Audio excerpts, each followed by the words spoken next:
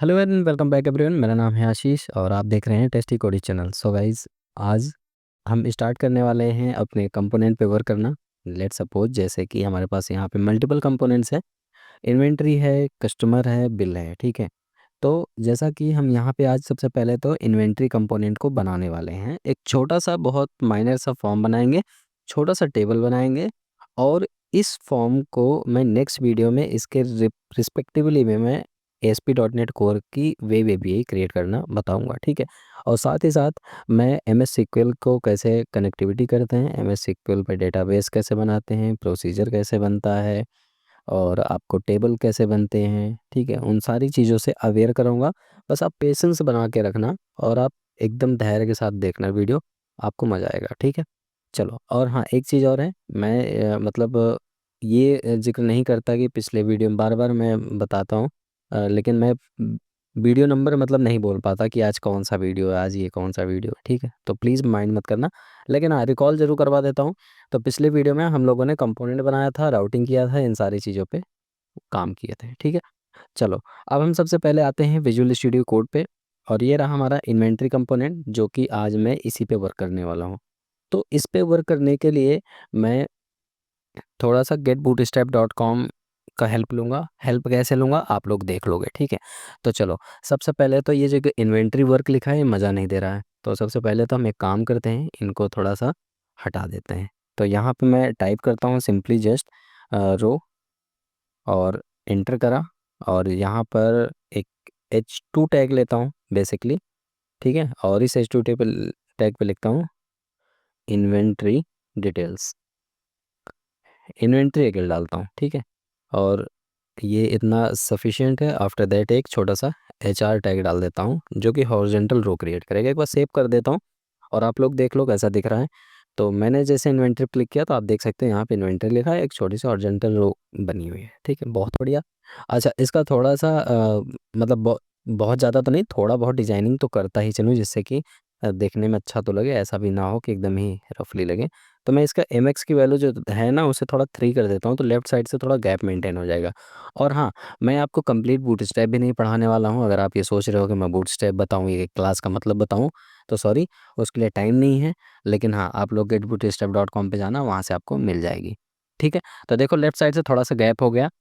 Okay, now अब हम क्या करने वाले हैं, हम यहाँ पे एक छोटा सा फॉर्म बनाने वाले हैं। तो फॉर्म बनाने के लिए हम आते हैं getbootstrap.com, जो कि मैंने डाल रखा है। देखो फॉर्म्स कंपोनेंट के अंदर फॉर्म्स पे टाइप किया हूँ तो फॉर्म्स खोला है। तो यहाँ ये वाला जो फॉर्म है ना, बेसिकली इसी को मैं यूज़ करने वाला हूँ। ठीक है, इसको यूज़ कैसे करूँगा अभी मैं आपको बताता हूँ। तो सबसे पहले मैं इसको कॉपी कर लेता हूँ। ठीक है, और कॉपी करने के बाद यहाँ पर मैं पेस्ट किया, डायरेक्टली मैंने पेस्ट कर दिया। ठीक है, कुछ भी चेंजेस नहीं की करा। अब यहाँ पे आ रहा है फर्स्ट नेम, तो सिंपल सी बात है, इन्वेंट्री की डिटेल की बात है तो यहाँ पे फर्स्ट नेम तो कोई देगा नहीं।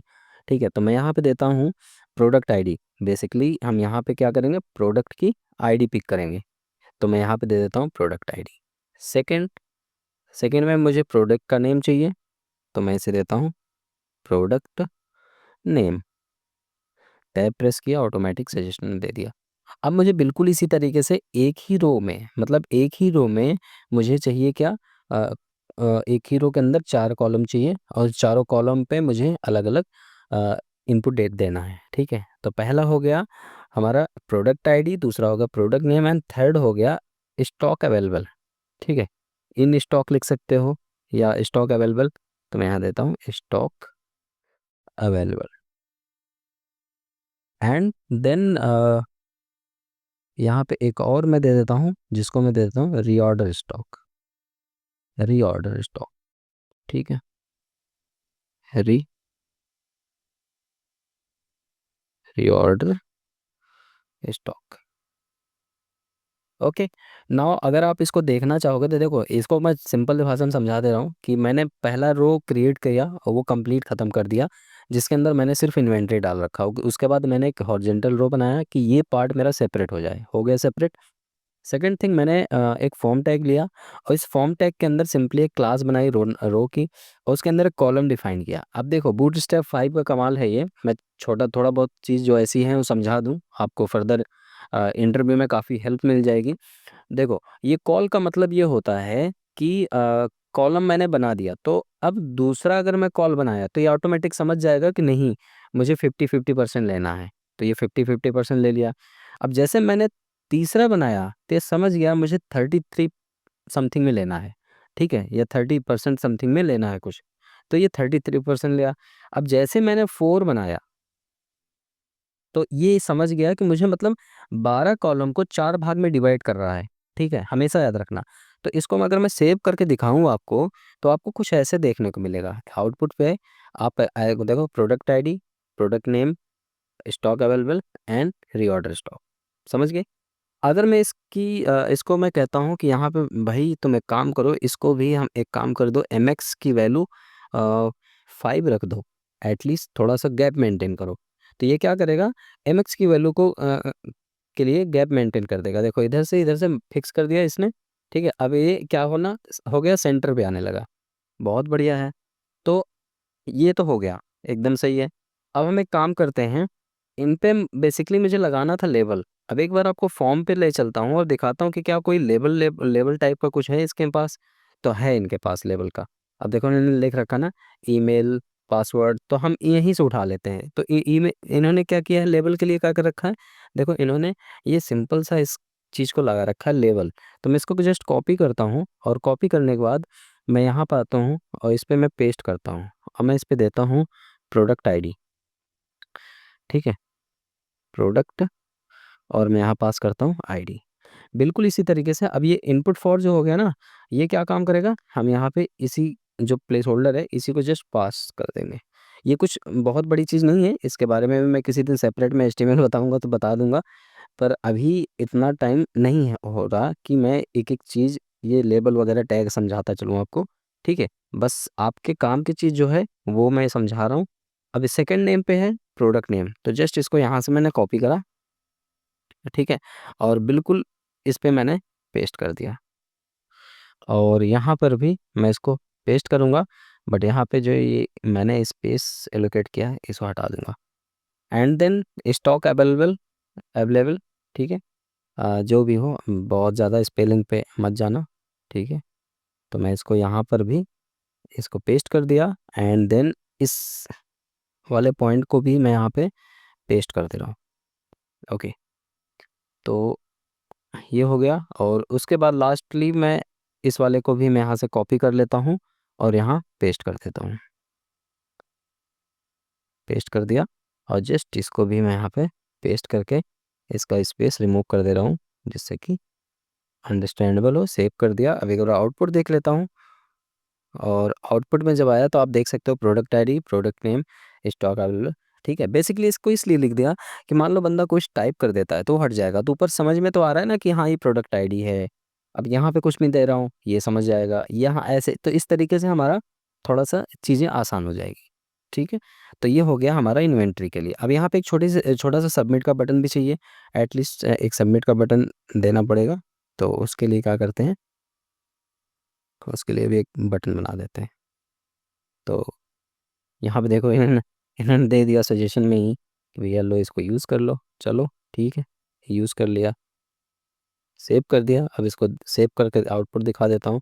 तो ये हो गया बटन हमारा सबमिट का। तो ये कुछ ज़्यादा ही लंबा चौड़ा बटन हो गया है, इतना लंबा चौड़ा बेसिकली बटन होता नहीं है। तो अपन एक काम करेंगे, पता है क्या, ये जो इन्होंने हमको दिया है इस रो में कि इतना बड़ा बटन, इसको हम थोड़ा छोटा करेंगे। छोटा कैसे करेंगे, उसके लिए आपको करना कुछ नहीं है, बहुत छोटी सी चीज़ है। यहाँ जस्ट एक एक कॉल LG, और यहाँ दे दो 3, ठीक है, इंटर कर दो। और इस ड्यू को यहाँ से करो कट, और यहाँ कर दो इसको पेस्ट, और कर दो सेव। और एक बार अब आउटपुट देख लो, आपको एक छोटा सा बटन मिल जाएगा, ठीक है। तो ये बहुत बहुत सिंपल सी चीज़ें हैं, एकदम से छोटी सी चीज़, ठीक है। तो यहाँ पे सबमिट हो गया, मतलब ये हो गया हमारा एक फॉर्म, सेपरेट हो गया फॉर्म। अब इस जस्ट फॉर्म के बाद हम एक काम करते हैं, एक टेबल रेंडर कराएंगे। टेबल रेंडर कराने से पहले करना क्या पड़ेगा, हमें यहाँ पे एक दिखाना पड़ेगा कि हम इन्वेंटरी की डिटेल कहाँ दिखा रहे हैं, यही भी दिखाएंगे। तो सबसे पहले तो इसको हम फॉर्मेट कर लेते हैं, राइट क्लिक किए, फॉर्मेट कर दिए, तो इस पूरा कोड सेपरेट हो रहा है, देखो ये अपना अलग ड्यू बन गया, ये अपना अलग बन गया, ठीक है, और ये अपना अलग बन गया। अब बिल्कुल इसी तरीके से आते हैं और यहाँ पर एक H3 टैग लेते हैं और यहाँ देते हैं इन्वेंट्री डिटेल्स, ठीक है। अब मैं इन्वेंट्री डिटेल्स लिख दिया और इसके जस्ट बाद हम क्या करेंगे, एक टेबल रेंडर कराएंगे। ये आ गया इन्वेंट्री डिटेल, बट थोड़ा सा मुझे गैप चाहिए इस पे, तो एक काम करते हैं, डॉट ड्यू हाइफन नहीं, डॉट MT-5, ठीक है। तो एक ड्यू लिया जिसको मार्जिन टॉप दे दिया 5 पिक्सल का, और उसके बाद इसको तो थोड़ा नीचे हो गया, और साथ ही साथ MX की वैल्यू भी यहीं पास ही कर देता हूँ, MX3 सेव कर दिया। ओके, नाउ ये थोड़ा सा वेल मैनेज हो गया। हमको लगता है ऊपर कुछ ज़्यादा ही अंदर दिया, नहीं ठीक है।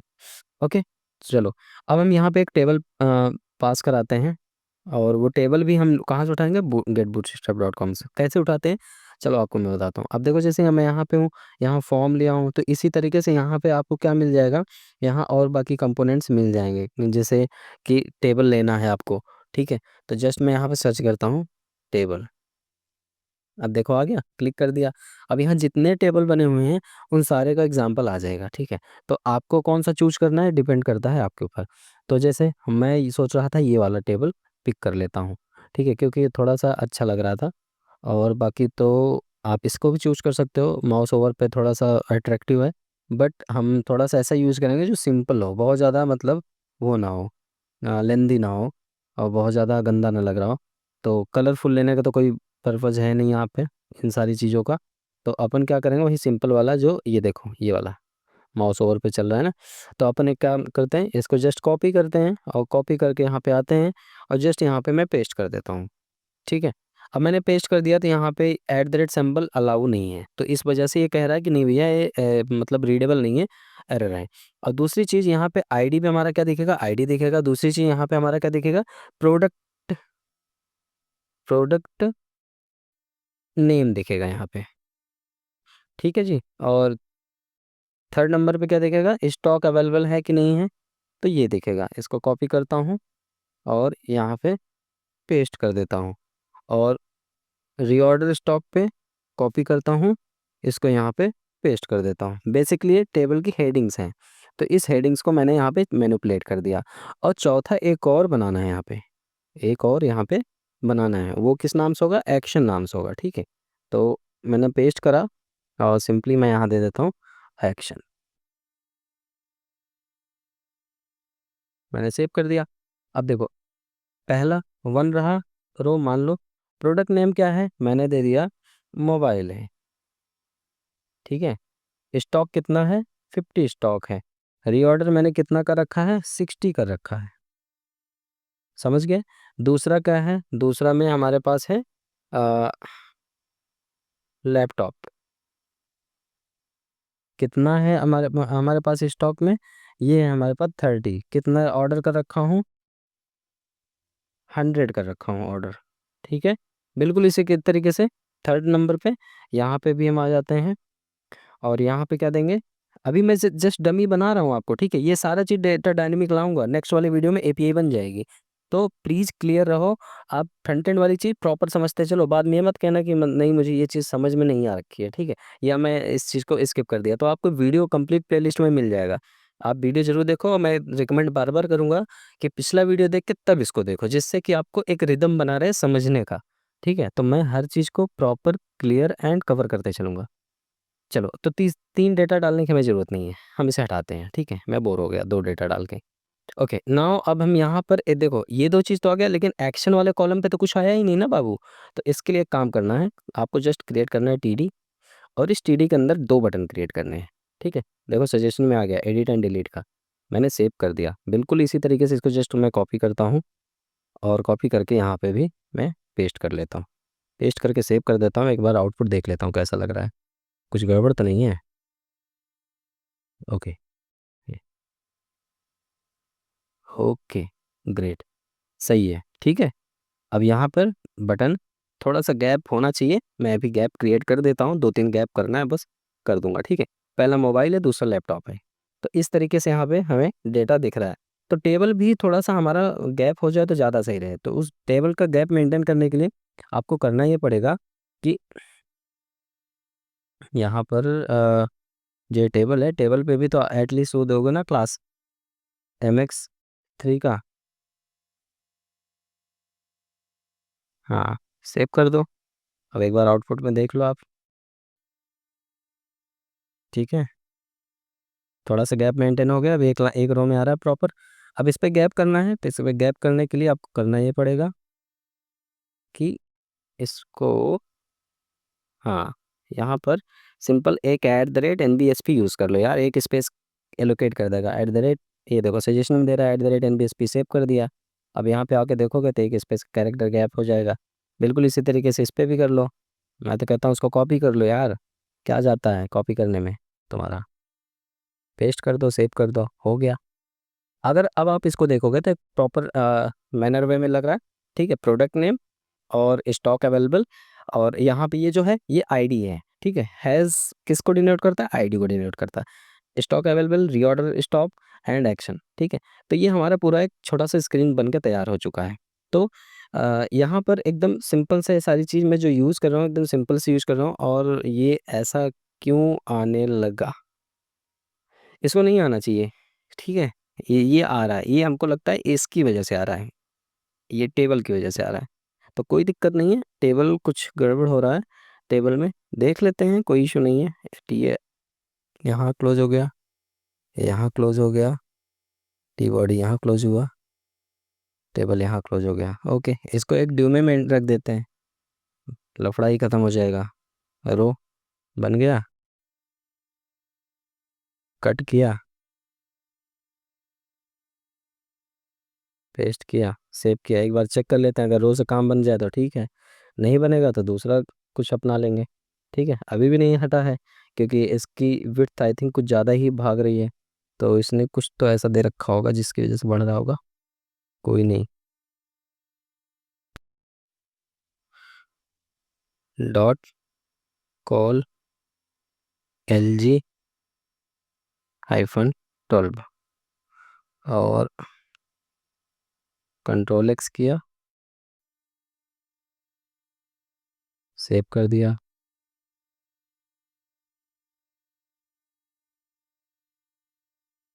चलो कोई नहीं, अगर ये नहीं हट रहा तो इसको हम बाद में कवर कर लेंगे अभी। ओके, कोई नहीं, ये इसमें कुछ इशू होगा। सारा चीज़ होगा जो भी होगा ना, ये हमारे इसमें होगा, इसी में, हाँ, इस वाले में। ये बेसिकली क्या कर रहा है ना, ये टेबल इसका जो है कुछ ज़्यादा ही स्ट्रैक्ट हो रहा है, भाग रहा है, ठीक है। तो इसको मैं बाद में कवर कर लूँगा, चलो कोई नहीं। तो आज की इतना जो बन गया, अब हम इसके फॉर्म पे वर्क करेंगे। इसके फॉर्म को मतलब रियल टाइम डेटा के साथ आपको दिखाएंगे कि कैसे इससे हम डेटा निकालते हैं, और सबमिट करेंगे तो डेटा कैसे आएगा, उस डेटा को हम एपीआई से कैसे बाइंड करेंगे, तो इन सारी चीज़ों पे हम डीप में कवर करेंगे। तो आज की वीडियो में बस इतना ही रखते हैं, मिलते हैं नेक्स्ट वीडियो में। तब तक के लिए bye bye, keep practice, keep coding, take care.